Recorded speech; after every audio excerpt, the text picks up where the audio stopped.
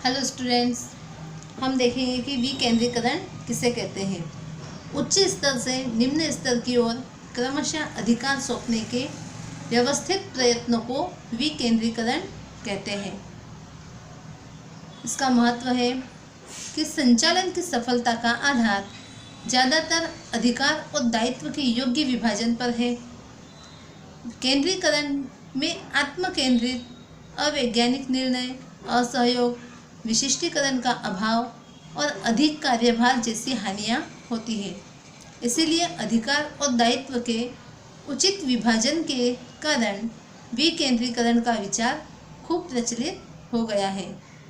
आधुनिक समय में व्यावसायिक इकाइयों में विकेंद्रीकरण का उपयोग बड़े पैमाने पर होता दिखाई देता है।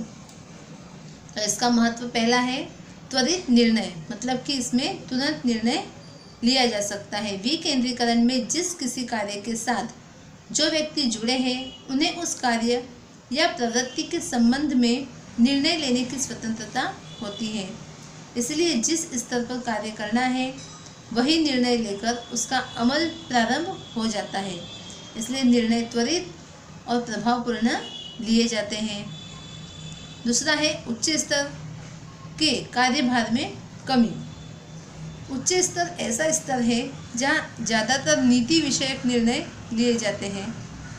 विकेंद्रीकरण द्वारा मध्य या निम्न स्तर को विविध निर्णय लेने का अधिकार दिया जाता है, जिससे उच्च स्तर के संचालकों के कार्यभार में कमी हो जाती है। तीसरा है अभिप्रेरणा में वृद्धि। विकेंद्रीकरण से कर्मचारी के आत्मगौरव और अभिप्रेरणा में वृद्धि होती है। उच्च स्तर द्वारा मध्य स्तर और निम्न स्तर के कर्मचारियों को जिस किसी भी कार्य संबंधी निर्णय लेने की स्वतंत्रता दी गई हो और उनके द्वारा लिए गए निर्णय सफल होने से उनके आत्मविश्वास में वृद्धि होने लगती है। वे विविध परिस्थितियों में किस प्रकार निर्णय लेकर उनका सामना कर सकते हैं, इसका अनुभव भी उन्हें प्राप्त होता है, जिससे उनका आत्मगौरव बढ़ता है, आत्मविश्वास बढ़ता है। चौथा है संचालकीय प्रतिभा का विकास।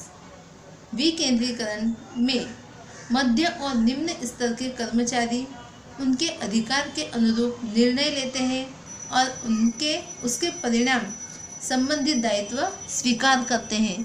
उनको जिस किसी कार्य के लिए स्वतंत्रता दिए जाने से उनमें अधीनस्थों का नेतृत्व करना, उनके मध्य संकलन साधना, स्वयं के कार्यों का आयोजन करना और नियंत्रण बनाए रखना जैसी योग्यताएं विकसित होती है, जिससे कर्मचारियों को विविध परिस्थितियों में निर्णय लेकर अपनी प्रतिभा बताने का अवसर प्राप्त होता है, जिसके द्वारा भावी संचालकों का निर्माण होता है। पांचवा है प्रभावशाली नियंत्रण। प्रत्येक स्तर के कर्मचारियों के पास पर्याप्त अधिकार होने से अपने अधीनस्थों की गलती के लिए दंडात्मक कदम उठाना सरल हो जाता है, जिस कारण प्रभावशाली अंकुश बना रहता है। छठा है संवादिता का सर्जन। विकेंद्रीकरण द्वारा प्रत्येक स्तर पर कार्यरत कर्मचारियों को निर्णय प्रक्रिया में शामिल करके विशेष महत्व दिया जाता है। प्रत्येक स्तर के अधिकारियों और कर्मचारियों अर्थात आदेश देने वाले और सहायकों के मध्य चर्चा विचारणा द्वारा योग्य निर्णय लिए जाते हैं।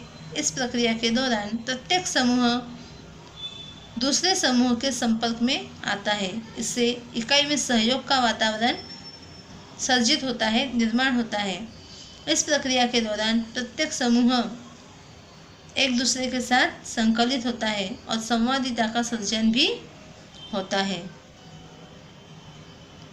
अब इसकी कुछ सीमाएं भी है, जहाँ बहुत ही छोटे पैमाने पर व्यवस्था तंत्र की रचना करनी हो, साथ ही व्यवसाय के रहस्यों की सुरक्षा कठोरता से करनी आवश्यक हो। ऐसी परिस्थिति में विकेंद्रीकरण अपनाया नहीं जा सकता। कई बार समान नीति के अमल के अभाव में और संकलन के अभाव के कारण विकेंद्रीकरण असफल भी हो जाता है। आगे देखेंगे हम अधिकार सौंपना।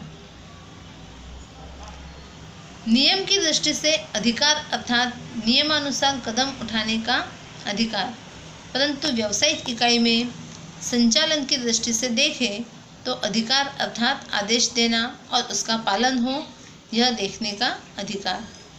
जैसे इकाई का कद विस्तृत होता जाता है, वैसे उच्च संचालक कितने ही कार्यों संबंधी अधिकार और उसका अमल होता है या नहीं यह देखने का अधिकार अपने सहायकों को सौंप देते हैं, मतलब अपने अधीनस्थों को सौंप देते हैं। सहायक उनको सौंपे गए कार्यों को प्रभावशाली रूप से पूर्ण कर सके, इसके लिए उन्हें कार्य करने और उसका अमल हो यह देखने के लिए अधिकार देने पड़ते हैं, जिसे अधिकार सौंपना कहा जाता है। वैसे सामान्य अर्थ में कहा जाए तो अधिकार सौंपना अर्थात कार्य को दूसरे को सौंपना और कार्य को करने के लिए अधिकार देना। लुईस एलन ने कहा है कि अधिकार सौंपना ऐसी प्रक्रिया है जिसमें संचालक अपने को प्राप्त अधिकार में से अपने सहायकों को कार्य कर्तव्यों के साथ अधिकार सौंपता है और सहायक अन्य व्यक्तियों के सहयोग से कार्य को अमल करवाने के उद्देश्य से उसको सचेतता से स्वीकार करता है। अधिकार सौंपने में दायित्व का विचार भी पूरक है। सहायकों को अधिकार देने से उस कार्य के अमल के प्रति सहायकों का दायित्व होता है, परंतु उस कार्य के परिणाम का अंतिम उत्तरदायित्व तो उच्च अधिकारियों का ही रहता है। अर्थात अधिकार सौंपना दायित्व से मुक्ति का मार्ग नहीं है। अभी महत्व देखेंगे अधिकार सौंपने का। अधिकार सौंपना उच्च संचालकों को कार्य से राहत देता है, जिस कारण वे नीति विषयक निर्णयों पर ध्यान केंद्रित कर सकते हैं, जिनके द्वारा संचालन कार्यक्षम रूप से होता है। इसलिए कहा जा सकता है कि अधिकार संचालन की चाबी है, जबकि अधिकार सौंपना व्यवस्था तंत्र की चाबी है। पहला है कार्यक्षम संचालन। अधिकार सौंपने से या अधिकार सौंपने के कारण इकाई के उच्च स्तर पर कार्यरत अधिकारियों के कार्यों में कमी होती है। दैनिक कार्यों को अन्य स्तर पर सौंपने से उच्च स्तर के संचालक महत्वपूर्ण विषयों पर ध्यान देकर लक्ष्य प्राप्त कर सकते हैं, जिसके कारण से संचालन कार्य प्रभावशाली हो जाता है। सेकंड है कर्मचारी विकास। इकाई में कार्यरत विविध कर्मचारियों को अधिकार सौंपने के द्वारा विविध निर्णय लेने का अवसर प्राप्त होता है, जिस कारण उनके आत्मविश्वास में वृद्धि होती है। बार बार एक ही प्रकार के निर्णय लेने से उनकी निर्णय शक्ति अधिक से अधिक तर्कसंगत और प्रभावपूर्ण होती है। तीसरा है अभिप्रेरणा। अधिकार सौंपने से कर्मचारियों की प्रतिभा को विकसित होने का अवसर प्राप्त होता है, जिससे अनेक मनोवैज्ञानिक लाभ भी प्राप्त होते हैं। जब अधिकारी द्वारा सहायकों को कार्य सौंपा जाता है और दायित्व दिया जाता है, तब अधीनस्थ मात्र कार्य के सहभागी नहीं होते, बल्कि कार्य की सफलता से उनके आत्मसम्मान में भी वृद्धि होती है, जिससे कर्मचारियों को प्रेरणा प्राप्त होती है। चौथा है विशिष्टीकरण का लाभ। इकाई में कार्यरत सभी व्यक्तियों के पास सभी प्रकार के कार्यों की कुशलता या सक्षमता न हो, यह स्वाभाविक है। अधिकार सौंपने के कारण अलग अलग व्यक्तियों को कार्य का दायित्व और अधिकार दिए जाते हैं। हर व्यक्ति की योग्यता और कुशलता ज्ञान अलग अलग होने से विशिष्टीकरण का लाभ भी प्राप्त होता है। पांचवा है संकलन। अधिकार सौंपने के कारण अधीनस्थ और उच्च अधिकारी जैसे संबंध स्थापित होते हैं। निम्न स्तर के कर्मचारियों को अपने कार्य का निर्णय लेने की स्वतंत्रता प्राप्त होती है। उनके सुझाव और सफलता पर ध्यान दिया जाता है। उनके मतों को भी निश्चित स्थान प्राप्त होता है। इससे इकाई के आंतरिक ढांचा के संबंध विकसित होते हैं, जिस कारण संचालन का कार्य प्रभावशाली रूप से होता है। छठा है विस्तार के अवसर। अधिकार सौंपने के द्वारा इकाई के कितने ही कार्य सहायकों को सौंपकर उच्च संचालक व्यावसायिक इकाई के विस्तार का विचार कर सकती है, जिसके द्वारा इकाई के विस्तार में वृद्धि करके लक्ष्य प्राप्ति को सरल किया जा सकता है। आगे देखेंगे अधिकार सौंपने के मूल तत्व। लुइस एलन अधिकार सौंपने के विषय में बताते हुए कहते हैं कि अधिकार सौंपना यह अन्य व्यक्तियों को अधिकार और दायित्व सौंपकर प्रभावशाली दिखाने के लिए उत्तरदायित्व की स्थापना करता है। उनके कथनानुसार अधिकार सौंपने में निम्न तत्वों का समावेश होता है। अब वो तत्व कौन कौन से हैं? दायित्व सौंपना, अधिकार सौंपना और उत्तरदायित्व का सर्जन करना।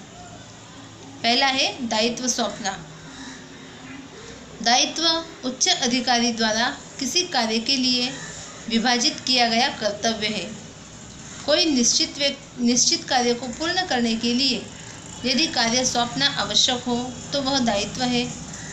दायित्व के कारण आदेश देने वाले और अधीनस्थ के संबंध स्थापित होते हैं, क्योंकि अधीनस्थ आदेश देने वाले द्वारा सौंपे गए सभी कर्तव्यों का पालन करने वाला है। जैसे कि अधीनस्थ का हमेशा उसके उच्च अधिकारी के प्रति दायित्व रहेगा ही। अधिकार और दायित्व के विषय में यह स्पष्टता आवश्यक है कि जब किसी कार्य के संबंध में दायित्व बांटा जाए तब उस संबंधी अधिकार उस व्यक्ति को देना आवश्यक होता है। इसके लिए अधिकार अनुसार दायित्व देने के विचार की हिमायत की जाती है। यदि दायित्व के प्रमाण में अधिक अधिकार दिए जाए तो उसका दुरुपयोग होने की संभावना होती है। इसके विपरीत यदि दायित्व के प्रमाण में अल्प अधिकार दिए जाए तो वह कार्य प्रभावशाली रूप से नहीं हो सकता। इसीलिए अधिकार और दायित्व के संतुलन द्वारा योग्य और कार्यक्षम व्यवस्था तंत्र की रचना हो सकती है। सेकंड है अधिकार सौंपना। अधिकार एक ऐसा हक है जिसके द्वारा अन्य से काम लिया जा सकता है। संचालकों की ओर से सहायकों को जो कार्य सौंपे गए हो उन्हें अच्छी तरह से पूर्ण करने के लिए आवश्यक अधिकार देने चाहिए। अधिकार सौंपना उच्च से निम्न स्तर की ओर होता है, जिसमें सामान्य रूप से निर्णय लेने और आदेश देने का अधिकार दिया जाता है। अधिकार सौंपना विविध विषयों के लिए हो सकता है, जैसे कि मार्केटिंग मैनेजर को उसके विभाग में आवश्यक खर्च करने का अधिकार, कर्मचारी नियुक्ति का अधिकार, दंडात्मक कदम उठाने का अधिकार दिया जाता है। तीसरा है उत्तरदायित्व का सर्जन। अधीनस्थों द्वारा किए गए कार्यों का उत्तर देने का दायित्व निकटस्थ उच्च अधिकारी का होता है, जिसे उत्तरदायित्व कहते हैं। इन अधीनस्थों को उनका उच्च अधिकारी निसंदेह सौंपे गए कार्य के लिए अधिकार और दायित्व देता है। इसके बावजूद उस कार्य के अंतिम परिणाम के लिए अधिकारी ही का उत्तरदायित्व होता है। अधिकार और दायित्व सौंपने के पश्चात अधिकार सौंपने वाले को देखना चाहिए कि उसके अधीनस्थ सौंपे गए कार्य को व्यवस्थित रूप से करते हैं या नहीं। अधीनस्थों को सौंपे गए कार्य के परिणाम के बारे में उच्च अधिकारी अपने उत्तरदायित्व से मुक्त नहीं हो सकता है। उत्तरदायित्व निम्न से उच्च की ओर जाता है। उत्तरदायित्व को सौंपा नहीं जा सकता। जैसे हिसाबी अधिकारी द्वारा हिसाब लिखने का दायित्व अकाउंटेंट को सौंपा जाता है, परंतु हिसाब सही है या नहीं यह जांचना और भूल या गड़बड़ संबंधी उत्तर देने का उत्तरदायित्व किसका होगा? हिसाबी अधिकारी का ही होगा, न कि हिसाब लिखने वाले का या अकाउंटेंट का। तो इस प्रकार इस चैप्टर में हमने क्या क्या पढ़ा देख लेते हैं एक बार। इस प्रकार हमने इस चैप्टर में देखा कि व्यवस्था तंत्र किसे कहते हैं, उसके लक्षण क्या क्या हैं, व्यवस्था तंत्र का ढांचा किस प्रकार तैयार किया जाता है या उसका ढांचा किस प्रकार का होता है। तो रेखीय व्यवस्था तंत्र होता है, कार्यानुसार व्यवस्था तंत्र होता है, औपचारिक व्यवस्था तंत्र होता है, अनौपचारिक व्यवस्था तंत्र होता है या श्रेणिक व्यवस्था तंत्र होता है।